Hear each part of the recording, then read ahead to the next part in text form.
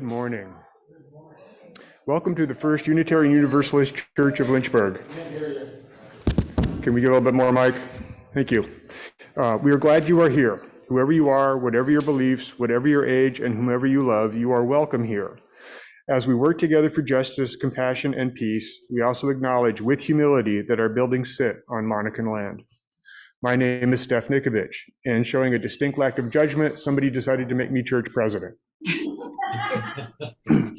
If you are with us for the first time, we are glad you chose to be here this morning to participate in the service for this church, a community that we love so much. If you would like to receive our monthly newsletter and Friday email updates, please fill out our virtual card found on the website at uulynchburg.org under Sunday services, or fill out the yellow card found on the back of the chair in front of you and place it in the offering basket during the offering. Please take a note of the announcements on the bulletin, and if you are on Zoom, you can fill them out in the Friday. You can find them in the Friday EUU News. Today, we will have a congregational meeting to approve the 2023 budget immediately following the service. If you are visiting today, you're welcome to stay or to go into the Drysdale Hall and begin snacking. We have snacks now.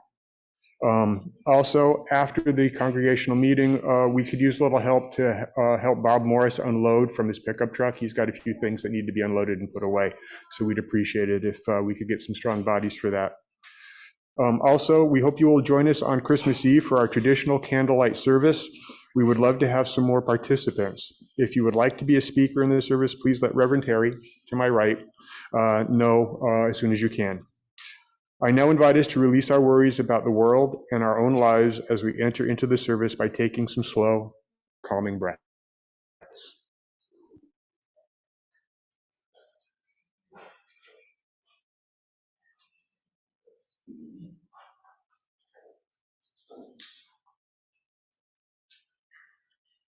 As we enter our time of worship, we light the chalice of our flame, sharing these words. May the light we now kindle inspire us to use our powers to heal and not to harm, to help and not to hinder, to bless and not to curse, to serve you, O Spirit of God. I invite us to rise in body or spirit to share verses 1, 3, and 4 of hymn 276.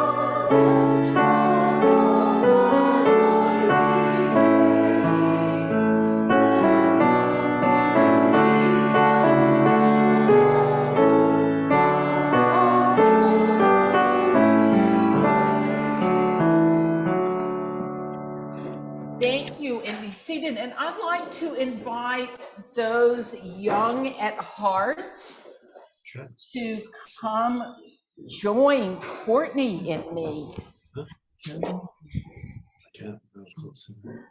There's nobody who's, oh, good. I'm glad there are some people here today who are young at heart. Now then,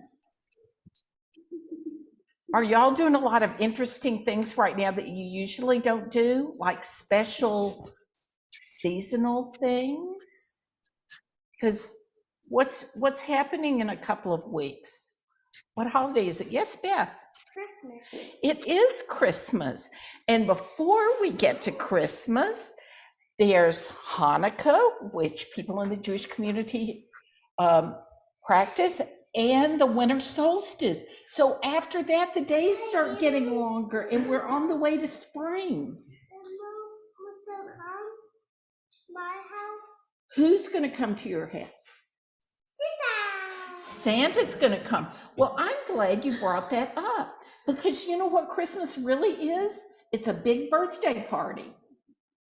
Because 2000, it's a birthday party. Because long ago, there was a baby who was born, and the date for Christmas was chosen many years later to celebrate. No, because I was not my school.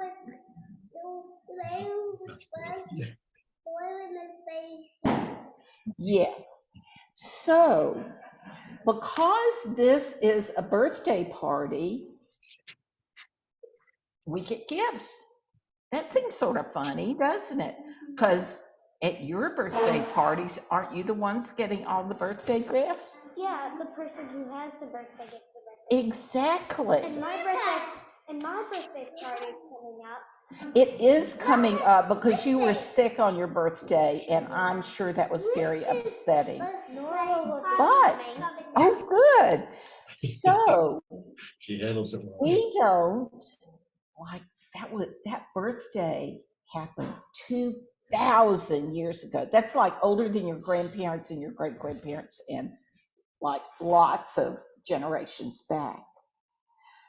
But if it's celebrating a birth, then how can we maybe think about birthday presents to other people? Like, I was thinking, like, none of y'all have jobs where you can buy birthday presents, right? Santa got his birthday presents. Yeah. But what we can do is give to other people. And what are some kind things that we could do to help people feel better during the holiday seasons, Beth? We could write notes. Very good idea. Yeah. And you know, the two of y'all did something really kind last Sunday afternoon. It was a present to the community because y'all helped with the Christmas float. And that was a very kind thing to do. So you can write notes. What are some other kind things you can do, maybe in your families at home? What, Nora? That's a wonderful idea. Can I have you come over to my house and clean up? That would be really fun. I'm teasing. Or sometimes you could do this. You could give a hug. What would you like to say? Wait a minute. Let's not strangle him. Wait till after Christmas. Okay. What were you going to say? We can get people stuff. Yeah, you could get people stuff. Or like Beth was saying, you could write them a note or draw them a picture. Or sometimes we can do really simple things, like when we're out with our parents, we could smile at people or say hello. So there are a lot of ways that we can be kind and loving to people in our families and in the world. And that's the best kind of Christmas gift or celebration gift or birthday gift. You don't have to have things. You can be kind. Yes, Nora. You can say thank you. Yes, that's a very good thing to remember because we have so many things to be thankful for that saying thank you is really important. So I'd like for y'all to think as you go to your classes now, what kinds of things you can do between now and Christmas to help other people feel like they're special. And y'all have shared some of that. Beth? I made 4 presents for my stuffed animal. 4 presents. That's really special. I put together them because it's my stuffed animal, so Yeah. I didn't ask for help. I just found a few blocks. That's good. Yeah, but you know what you're doing is making presents, even for your stuffed animals. You're practicing how to care for other people. So I'd like for y'all to think about that as you go to your classes. And if y'all would like to stand up and upstairs in our religious education classes today, we are going to be continuing the theme of wonder. And today in both classes, preschool through 2nd grade and 3rd through 8th, we're going to be learning about the wonder of light, the light within us and the light all around us. And I'd like to invite Beth and Nora to help me light the chalices on the way up.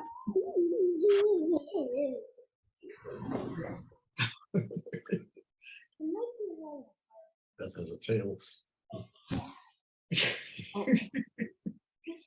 here's some new friends. My children, but I think the John Paul, yeah, yeah. Camera done. I don't know if I can do it. It's a better picture than we had.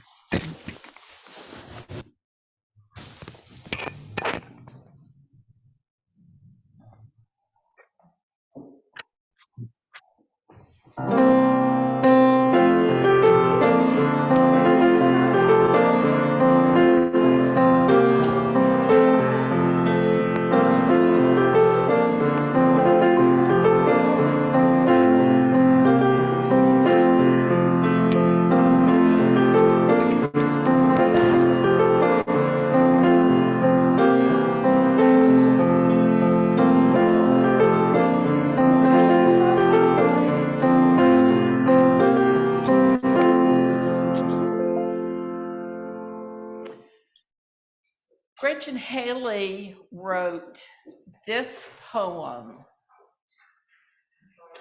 That's okay. We're so glad you're here, Aaliyah. Do not fail to be surprised by the catching of your breath, the quickening of your heart, the fullness of your eyes, wide and suddenly awake with awe. Here is a place filled with wonder that still there might be something new born today, that we might be born anew today.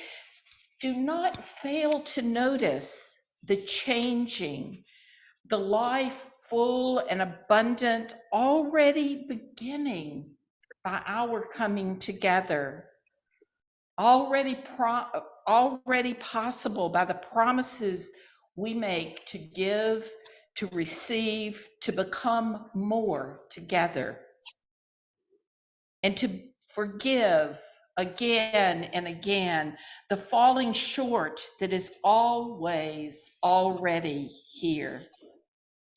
Here we find ourselves among the courageous, feeling ourselves trying to become brave with each in and out breath. each word, each phrase, each pause, each song. We give thanks to be on this journey together.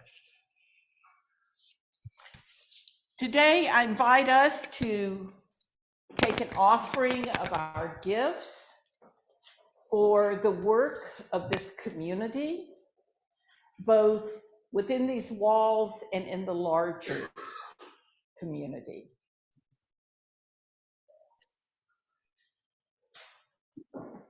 Thank you, Joe. Where are the baskets?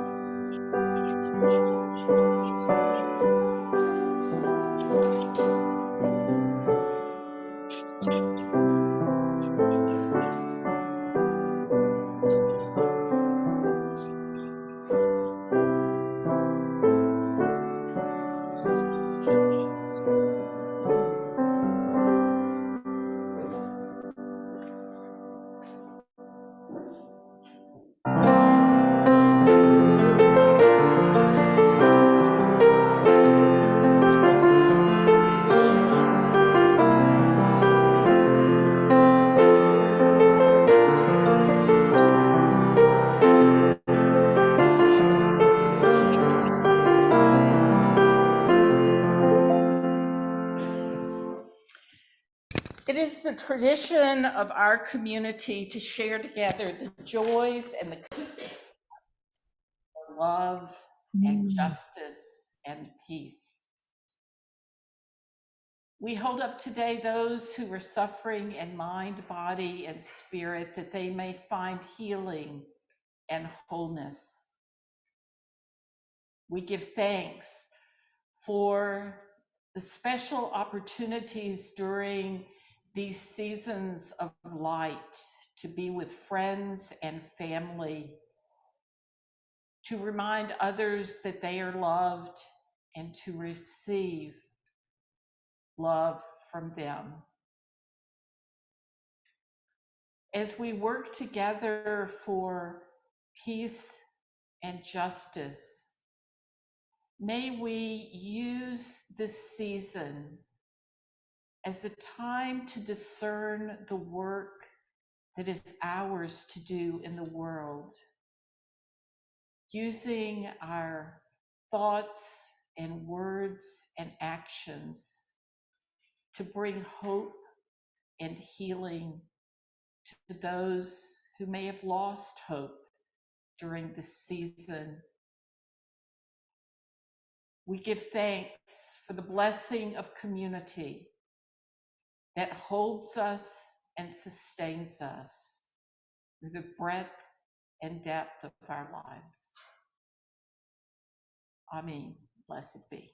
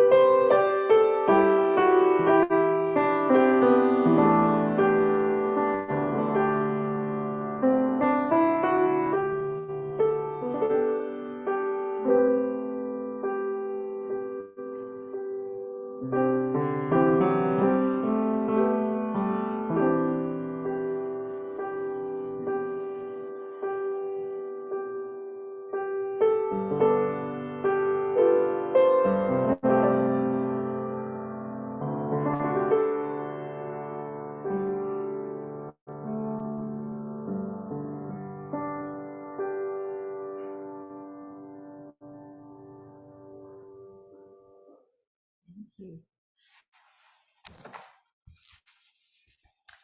All of us, no matter our religious or spiritual beliefs, might find ourselves wrapped up in the frenzy of the holidays. It can be fun and stressful. The holidays get really complex for many of us Unitarian Universalists. Some of us are full tilt into preparations, like I will be tomorrow. Some of us shy away from celebrations because we have painful experiences connected with the theology and judgment of religious communities that don't often reflect the actual teachings of Jesus. Some of us are open to every world religion, but are challenged by any connection to Jesus. Others of us here hold Jesus as a revered prophet, and others see Jesus as our guide for living an ethical life. So let's face it, this season is complex within our UU community. Whatever our beliefs, we have to acknowledge that the life of Jesus has influenced much of the modern world, sadly, both for good and ill. Yet I hope we won't be too quick to give up on this story of a birth that changed the shape of history. I think it's time to take another look at the teachings of Jesus. So this morning, I invite us to consider the life and teachings of Jesus from his native language, Aramaic, which has helped me reclaim my relationship with Yeshua, Jesus' name in Aramaic. My study with my Sufi teacher, Neil Douglas Klotz, has helped me move away from the traditional Greek worldview of Western Christianity and connect with Jesus, the Jewish mystic. The dualism of the Greek worldview in traditional Christianity has for centuries told us that reality is based on a hierarchy of relationships, with the world divided into us and them, into good and evil.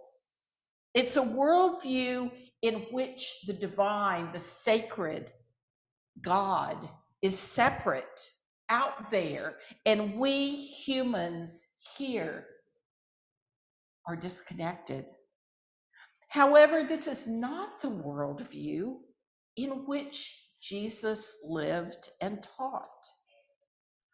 In place of the church's dogmatic dualism, seeing the world through the language and worldview of Yeshua's native tongue offers us a new way to see and experience the teachings of love and compassion that the prophet Yeshua brought into the world.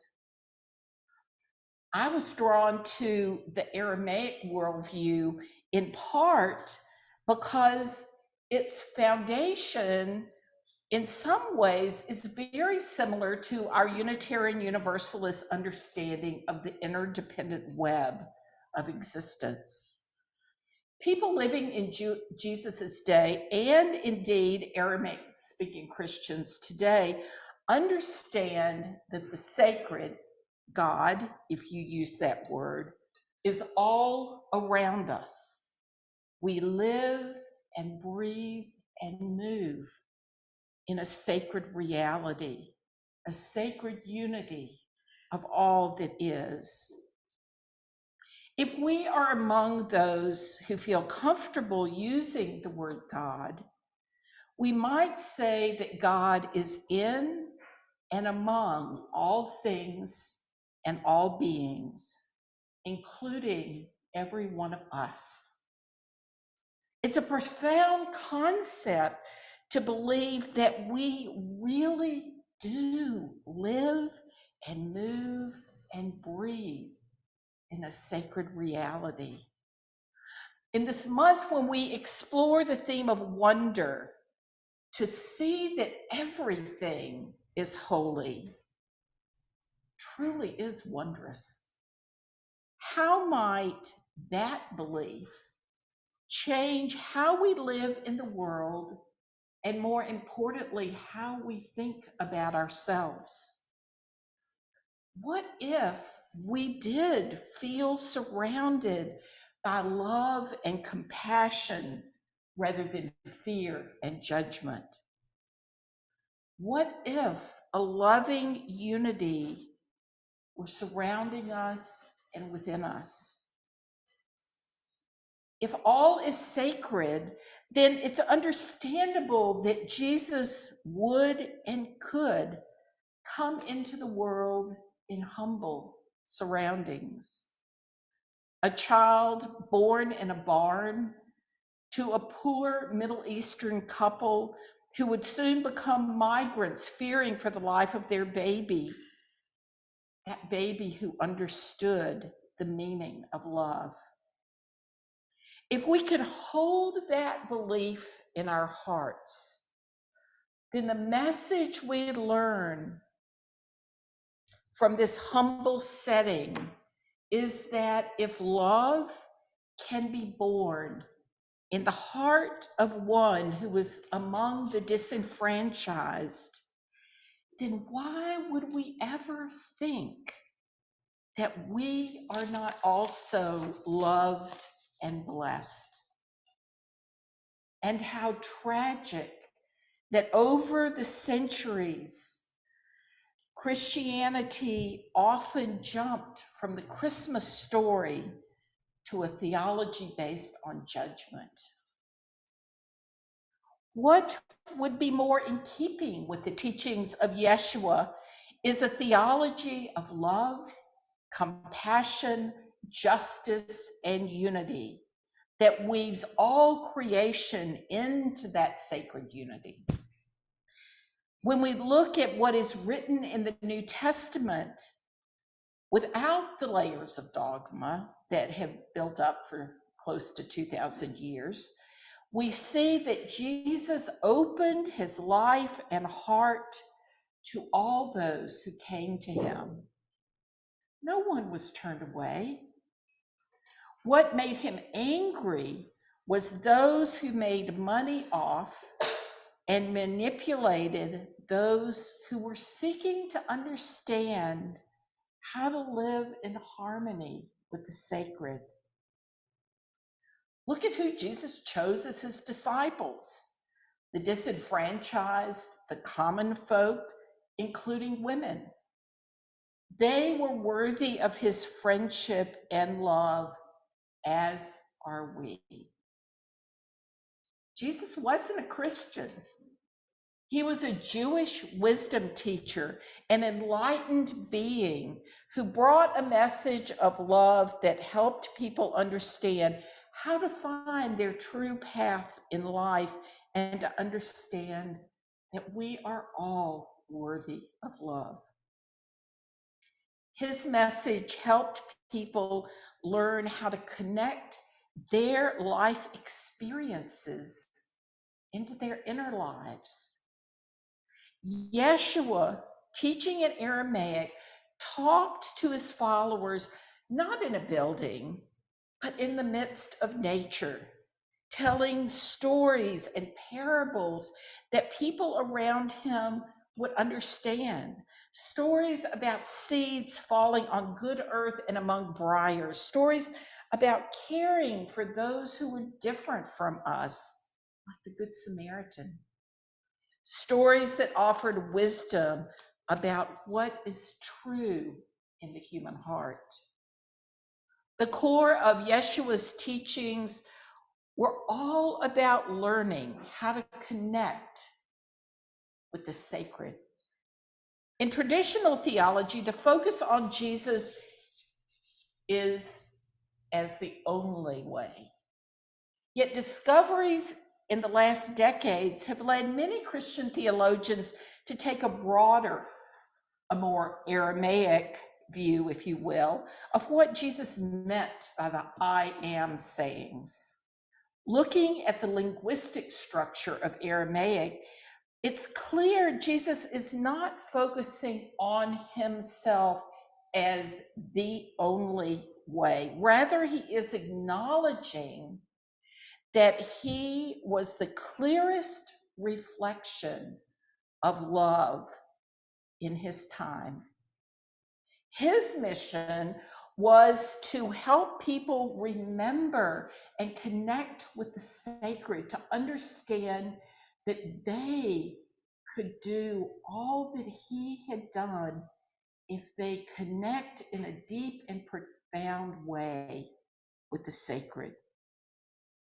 He saw himself as a reflection of God's love during his life on earth, rather than the only reflection of the sacred. Neil Douglas Klotz, in his book, The Hidden Gospel, writes, the earliest strands of the Gospels, for instance, saying sources like Q and the Gospel of Thomas, which if you're interested in more information, we can sit down and talk about that. They show us a Jesus who places little or no emphasis on belief in himself in order to be saved. Instead, he emphasizes a radical change of heart and life according to the cultivation of our inner wisdom. For this reason, a number of Christian biblical scholars advocate that the more exclusivist passages attributed to Jesus, like I am the way, the truth, and the life, should be taken in the sense of what one calls love language, appropriate for those within a particular faith community, but not applicable to those outside of it. Jesus' teachings offered his followers an understanding of how one might come to see that they too were part of the sacred reality of life. To do this, Yeshua taught about Inanna, the understanding of the human soul as a small I, small ego I, that's always connected to the big I, Inanna. Meaning that whoever we are, whatever we do, we are connected within, woven into the sacred, which Unitarian Universalists call the interdependent web of existence. The problem for many human beings is that we often forget our connection to love, to light, to community. When this happens, we can feel lost or broken or alone. Yet even during these times of forgetfulness, we're still connected to the sacred. We just need to remember who we are and whose we are, that we are connected to the sacred. Part of our being in community is having people around us who will help us remember how precious and loved we are. Jesus' teachings were and are available to all of us. His mission was to help us find our connection to the Sacred One. Yeshua's teachings call each of us to do our inner work, to connect with our essence so we can live fully and joyfully. Living his teachings reminds us that we can put down the burdens that bind us, emotional and psychological burdens, so we can freely live knowing that there is nothing that can remove us, that can separate us from the sacred reality of universal love. So I invite us this Christmas to remember that we live and breathe within a sacred unity.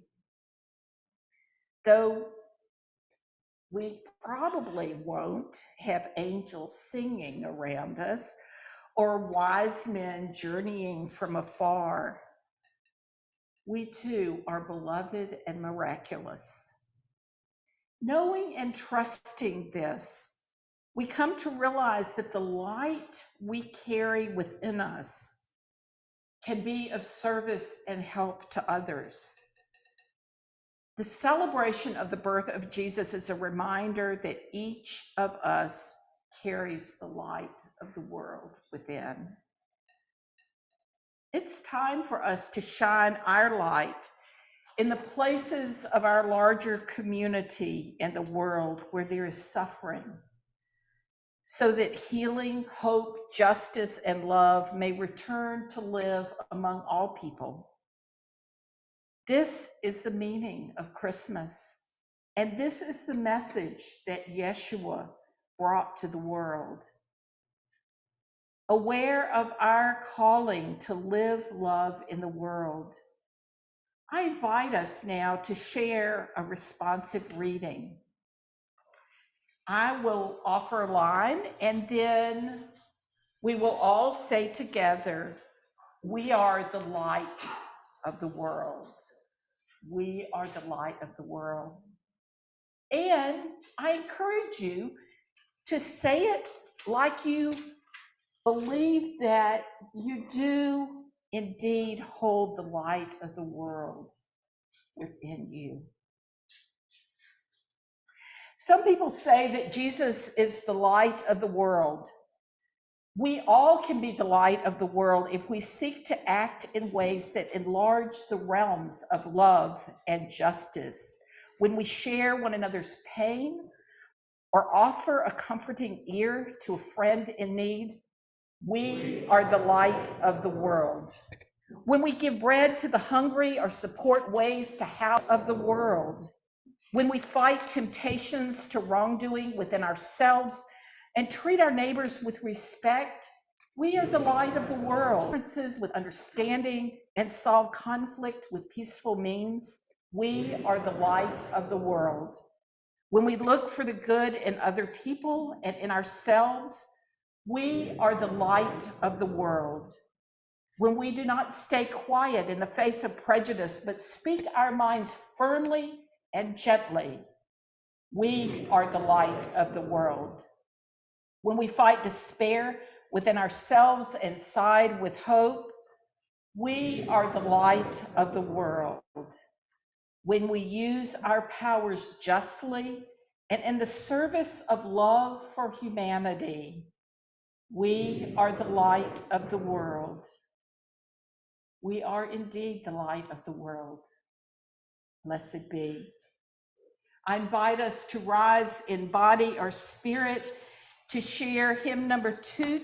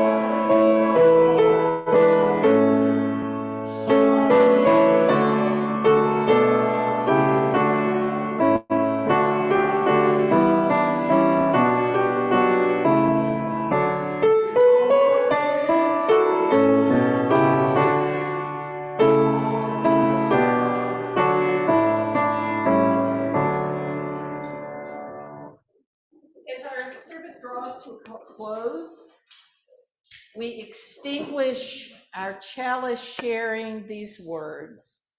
We extinguish this flame, but not the light of truth, the warmth of community, or the fire of commitment. These we carry in our hearts until we are together again. Our final blessing, words of blessing, come from Father Austin Fleming, who actually wrote them to accompany our closing hymn. Turn our faces in any and every direction from which you draw near to us. Teach us to look for you in places we would not expect to find you. Let every star in the heavens be a light. Blessed be.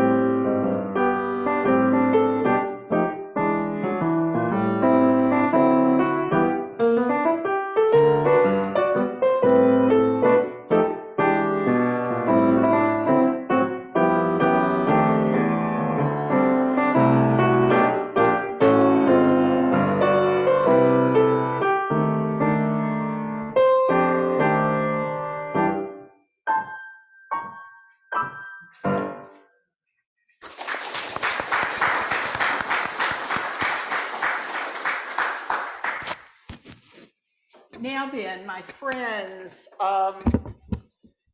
is Steph coming up to start the meeting now?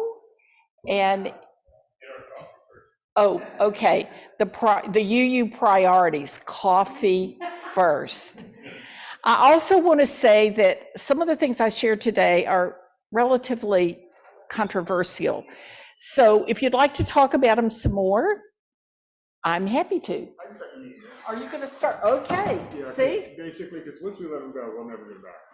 I know, once Finnis gets his cup of coffee, he's going, he's I know, going, he's right. gone. So if you are visiting today or would like to not stay for the meeting, then you're certainly welcome to get some food and drink. Yep. Yeah. So, yes, you in the back. Are you escaping? Hi, my name is Susan, and I noticed that there are some folks here whose kids went to RE, and you probably don't know where to go to get them. So I would be happy to show you where your children are. I have to see y'all again today. Actually, they're ours now. So, okay, so I'm going to say, let's go ahead and get this meeting started. And those of you that are voting members of the congregation, please stay. And we will have, is it Finnis or is it Betty who is, Finnis, are you the one? So I'm going to turn it over to Finnis and let him run the rest of the meeting. Hey, Adam, I'm so glad you're here. I'm Terry. Glad to be here. Hi. That's great to see your boys too. Thanks. Hey, Sam. Hey, Mom. Hi, I'm Terry. Nice to meet you. Nice to meet you too. Glad you're here today. be back in a minute.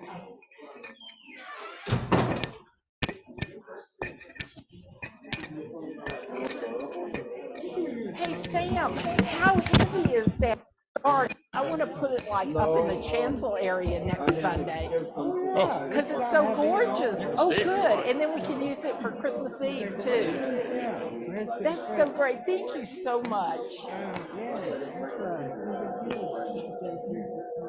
It's a big deal for us. Oh, I've got to turn my mic off.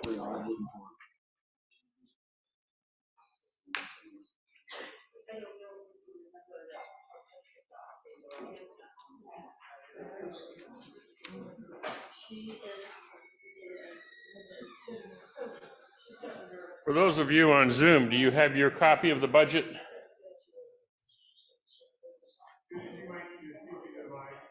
Okay. Can you hear me on Zoom? Yes. Okay, thanks. All right, let's get started. We only have one item for this congregational meeting, and that is the passage of the 2023 budget. We first drafted this budget in late October. It was recommended by the board in their November board meeting, and now we're having our December congregational meeting to accept the resolution of the board that adopt this budget. So let's go over the highlights real quick.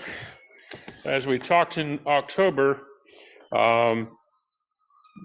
this will be a bigger stretch for us than we've had in the past years, but I will say I'm just thrilled that the pledge drive resulted in a significant increase of about $15,000 above what our previous year's pledges had been.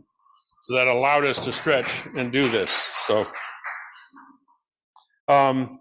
overall, we're looking at a revenue of $173,000 and an expected expenditures of $177,000. So a slight deficit is planned of about $3,900. Last year, or this present year, the deficit is about $15,000.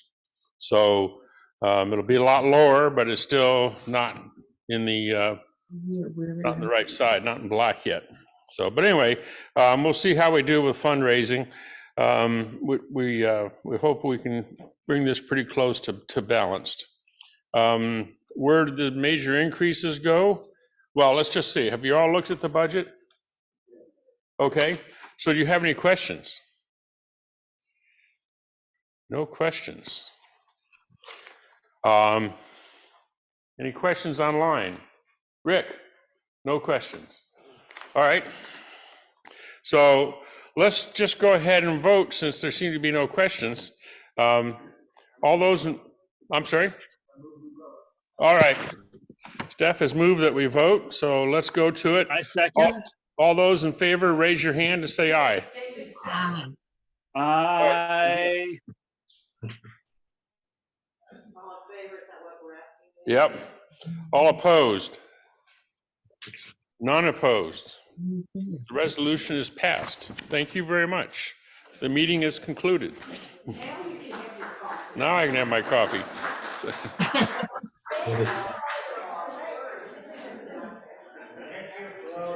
I think that sets a new record for the most abbreviated meeting, congregational meeting we've ever had. Yeah. Good. That's what I like, efficient meetings. Unusual for us unions too. I thought that was an interesting sermon this morning. Any of you have any reactions to it? I enjoyed it.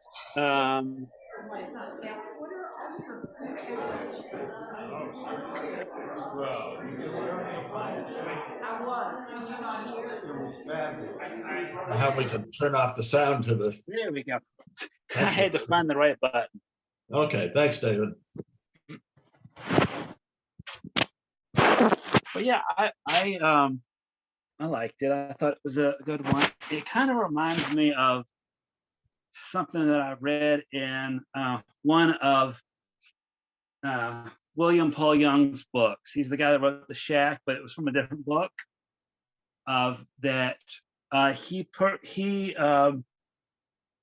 couched the original sin as not of, whatever it was, but in the original sin was basically turning away from God or the universe, or basically kind of along the same lines that Terry was talking about today. So I thought that was interesting.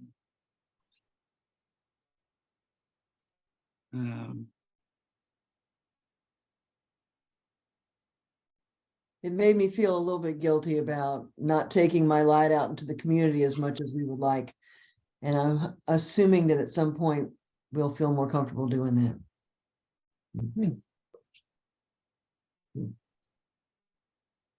We believe in it, we just are still staying safe. I think it's refreshing having grown up a Catholic and hearing, how you were doomed if you didn't follow every single rule. Her speaking about love and welcoming each other and trying to understand each other. It's very refreshing, and it gives you a feeling of, it's really worth it.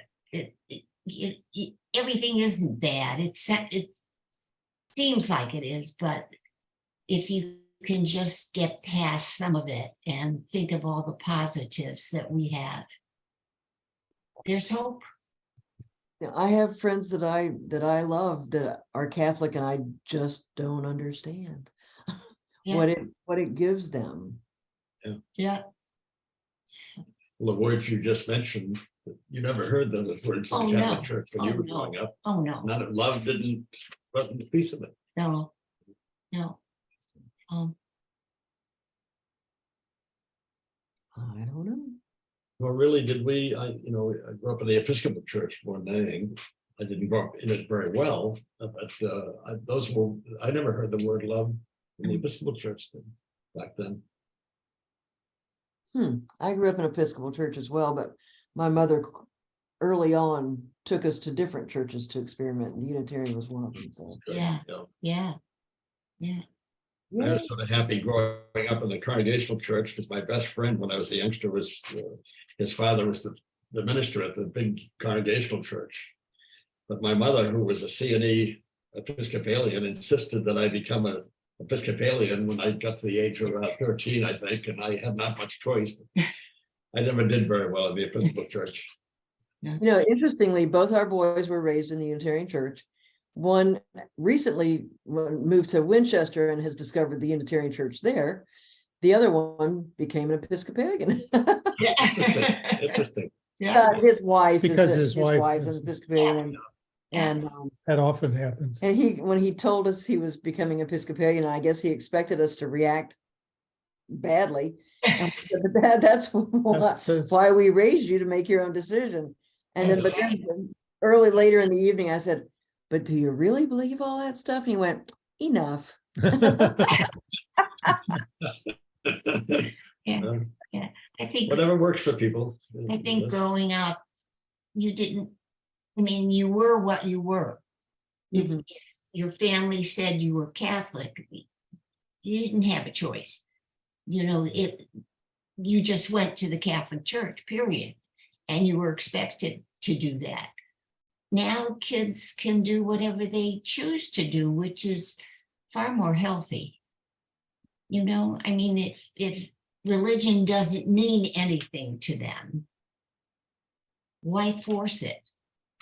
When my kids were in elementary school, though, there were apparently conversations on the school bus and on the playground. And when they said they were Unitarian, they were told they were going to hell. They were told, Yeah. and that was at a really young age, like third grade, second grade. Right. Yeah. I guess those conversations were coming from parents. Yeah, exactly. They did. They were told that, which probably made them even more confirmed as Unitarians. Yeah. Right.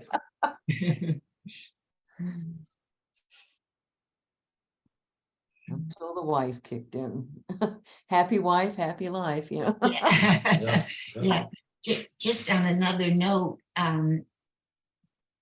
you all know about the yesterday and the IOA opening the churches. It was an absolute joy to see our sanctuary absolutely crowded, standing room only. Oh, 20 people. That's I'm great. so glad. People back in Drysdale Hall as well. It Oh, just, wow.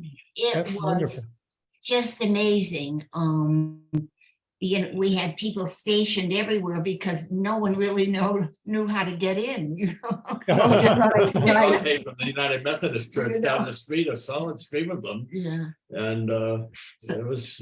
But it was a joy, and Emily just absolutely blew them away. She played light Christmas jazz. Yes, the whole. Right. And she mentioned how back when she first started playing in the church, that Paul mentioned, we need to have a little bit more jazz in our music. There you I go. sort of wondered about that because we went to the St. Paul's Church and to the United Methodist Church before ours. Yeah. And there was some clapping, not so much in the Episcopal Church. That was pretty heavy music. The Methodist Church had much lighter organ music and well done. But I think there was more applause in our church Oh, that's for what Emily was playing. They really seemed to appreciate it. Yeah, she Oh, did That's great. just a wonderful job. well, and we just marvel every Sunday when we listen how lucky we are to have her and how Oh, lucky yeah. absolutely. that whatever illness she was going through sorted itself out. Yeah, yeah. I've lost touch with learning about the concerts that she and Randolph put together. Is there a particular place on the website that I can follow? Huh. I that's think a if you good- I think we've missed a couple of concerts of hers, not that she's done very many in the last couple of years. Well, if she recently, they recently had one. She might be the best Yeah, person to if ask. you ask her, Yeah, she just may check have, her may have Facebook a page. email list. Say what, David? I thought we were on it for a while, but I don't seem to. Yeah, Yeah. you might just check her Facebook, because I know she posts all of her things on Facebook. So I don't even if follow you Facebook. don't, Is she even if they really don't come up in your feed, you can just type in her name and go straight to her feed, and she lists all of them in her. Oh, Well, thank you, that may be my David. problem. I've been off Facebook for the last year or so. David, She really, thanks, she David. really, yeah, she really advertises them well. Yeah, Yeah. good. Yeah. I will double check that, because Yeah. we really enjoyed those concerts. Oh. She's done more than you think. She's done quite a few. Yeah, Oh. Oh, we missed a okay. lot. And if not her actually playing, she's had other people in playing. Yeah, They've always been good too. yeah. Oh, yeah. oh, yeah. Exactly. Yeah. So, Because isn't she head of the music department at Yes. Randolph? Yes. Yes. Yeah. And a number of other things too. So Yeah. one thing when it's a small place, you wear many hats. A lot of hats. Yeah. Yeah. I'm very familiar She had with a- many hands.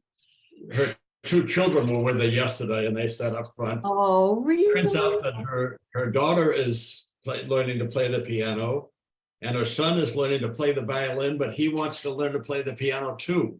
Oh. But they have grown so much since the last time we saw them. They went from here to here.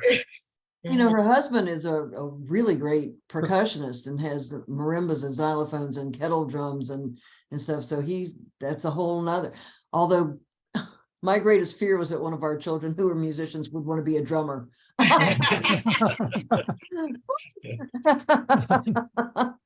Oh, dear. So they come by it rightly. It's in the It DNA. is. Yeah. Yeah. Hmm. Dick, I'm sure it's good to have your son with you. I don't know. You if there, you- Dick? Yeah, oh, I just got unmuted. Yeah, he was, it's been quite a while. When they actually, the family came up to visit, they had like 2 dogs with them. Oh, dear. And now they have 5 dogs. Oh, And wow. one of them is epileptic and has to have, medication when it goes into contortions and so they don't they're not going to travel with that dog. So that his wife was taking the kids on a cruise, and then he came up here. This was his vacation to visit us, which is good. We had some good conversations. Good. Great. And He looks like you. you Yeah, think? he does. Well, He does. I maybe if I had more hair in my face, I might probably could tell. Yeah, he got a job with not long ago with Amazon. Oh, So he's got a very good job, but unfortunately, Amazon is now doing a little contracting.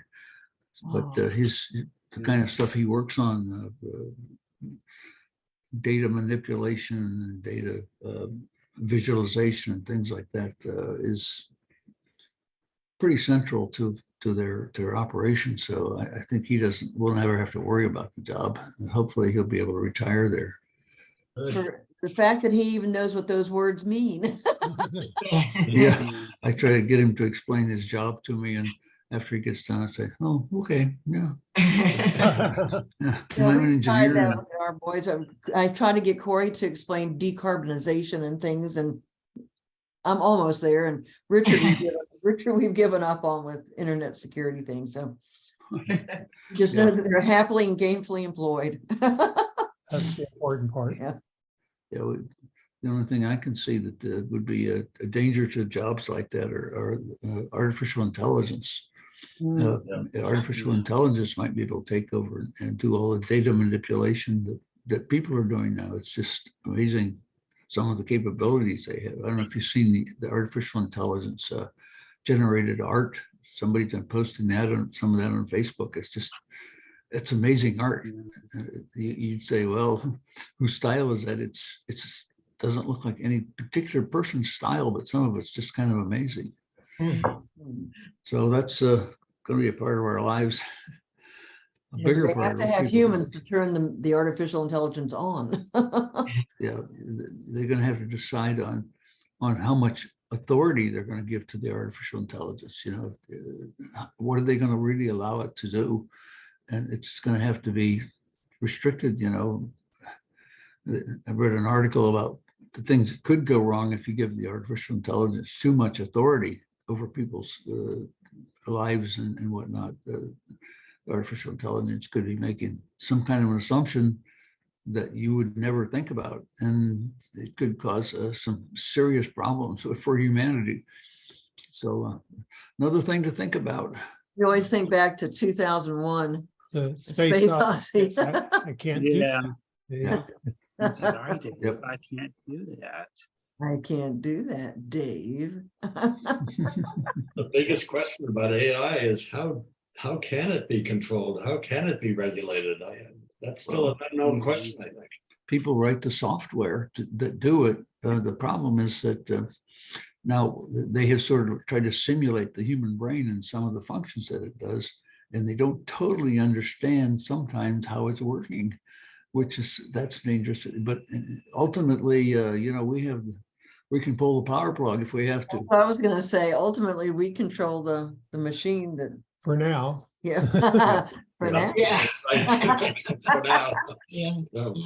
There was a movie quite a long time ago, and I don't remember the name of it now, but about the computer that they gave a lot of control to the computer. And this computer, the Forbin project, I think was it, the computer connected up with another computer that had control, like in Russia or someplace, and two of them said, this is what's going to be done. This is the way things are going to happen, or else the atomic bombs will fall on cities. Oh, wow. It's kind of like, whoa, ooh, scary stuff. Oh, dear. Thanks for that, Dick. Well, something else, well, if you're not worried about that, then you can worry about the stuff that comes from the sun, and if it sends a really big glob of stuff, plasma at us, that it could wipe out some of our satellites and satellite communications. And even they talked about one that happened back in the late 1800s, and there wasn't all the electronics that we have now, but they had power lines and they had telegraph, and they said that the telegraph keys would be arcing over and would actually start fires at this place, and it was taking out transformers and power lines. And so, Yeah. I mean, they're aware of it, but it's something you don't hear about a lot about. But if we got a really big hit like that, who knows? They might get your computers. Yeah.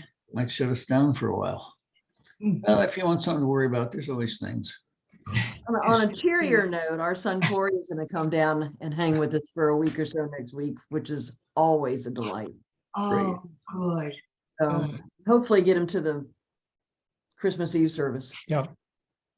So I guess that's gonna be. Another question, how is your mobility? Have you got full mobility? oh, now? I'm stellar. Oh, fantastic. No pain, walking over a Oh, mile. great. It's just it's a little creepy that they can do that. But did it, they did, and did it well, and it's really That's good. gone well. You know, these 70-year-old muscles are not as happy, but Yeah, right. but they're coming back. They're coming back. No, it Good for could not you. have gone any better. And I'm so happy to report that. Yeah, Oh, good. yeah, They exactly. did something with your hip. Yep, right hip total hip replacement, and I mean, and it's just gone swimmingly well. I thought you'd already had that done once. How long ago did you have it done? 10 weeks. Oh, Wow. Okay. 10 weeks. So no, I had both my knees replaced on the same day. Yes, I 16 remember years that. ago. Yeah, Wow. 16 years ago though, and they're great too. So Wow. yeah, I'm losing myself bits by bits, you know. Oh, boy. With Theseus, yeah.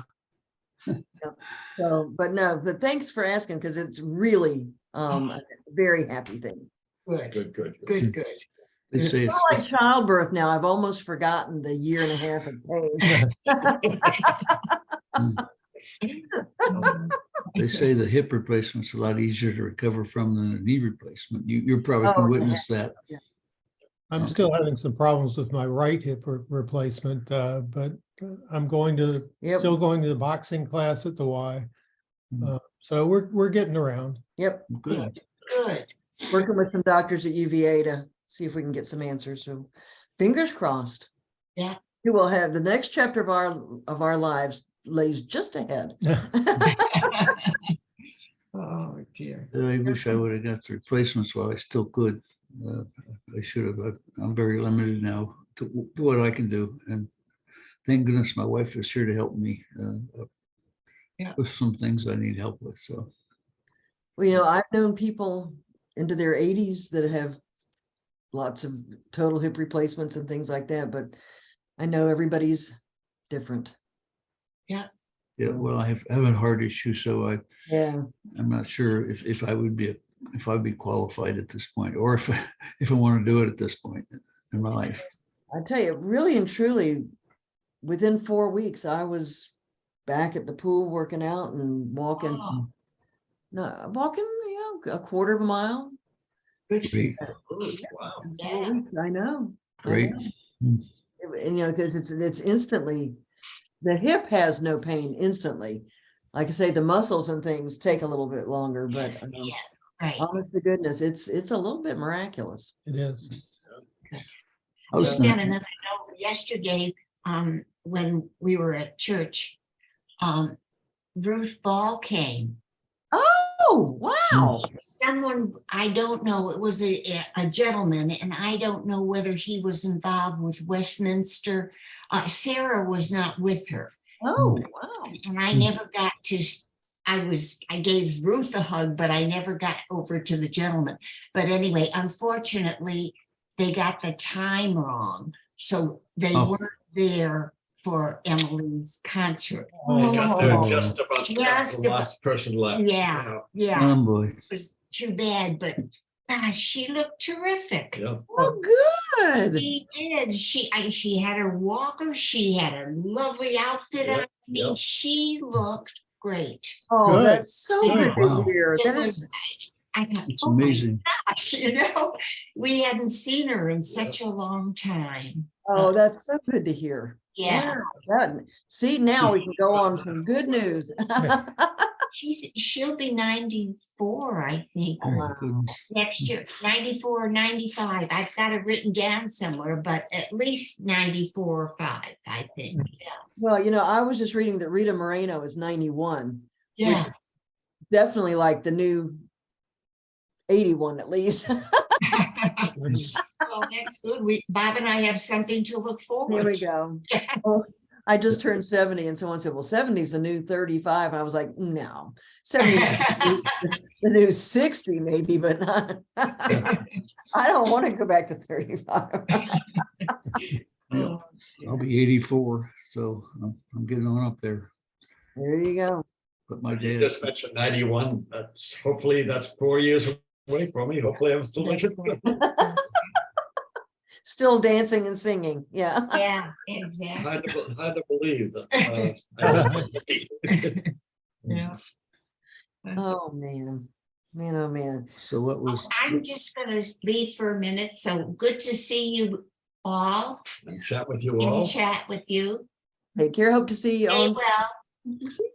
I wasn't at the meeting. What did they do? Just pass the You budget? know what? I wasn't either, Dick. I'm just useless. I'm Yeah, just. they passed I had they passed the budget. Okay, that's all they did. Oh, that mean, okay, I wasn't at the Sunday services meeting, Dick, were you? No, yeah, I missed it. I missed that. Oh, Sunday services meeting. Oh, yeah, I was there. Okay, I was not. It was quiet. Yeah. Are you saying that because I wasn't there, it was quiet? Your sparkling personality was missing. I don't know, Rick's You very got- quiet some right of- Rick's not going there. It's like Phyllis was talking, but she didn't have her sound on. Phyllis? Well, I guess not. Were you going to say something there a moment ago, Phyllis? You're muted. Sounds on. We can't hear you, Phyllis. You're Sounds muted. off. Muted. Well, we're gonna go have our coffee. So everybody take Good to have care. you with us. Good to chat with you all. You too. I think I want to go see what's in the fridge. So There you go. see y'all. Bye-bye, everyone. Have a Bye. great week, everyone. See you next Bye. week. Bye-bye. Bye-bye.